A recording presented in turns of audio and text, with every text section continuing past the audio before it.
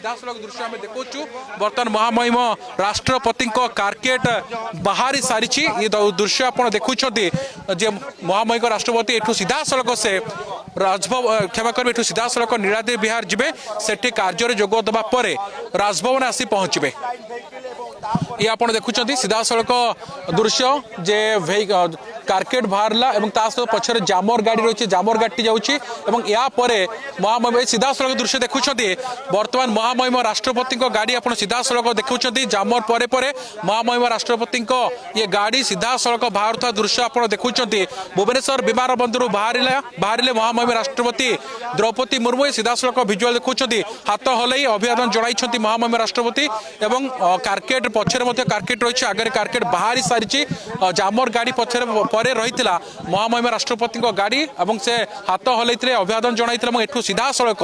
जो आज कार्यक्रम रही पंडित रघुनाथ मुर्मू प्रतिमूर्ति उन्मोचन करेंगे एठू सीधासलख जिबे एवं से कार्य सरिबा परे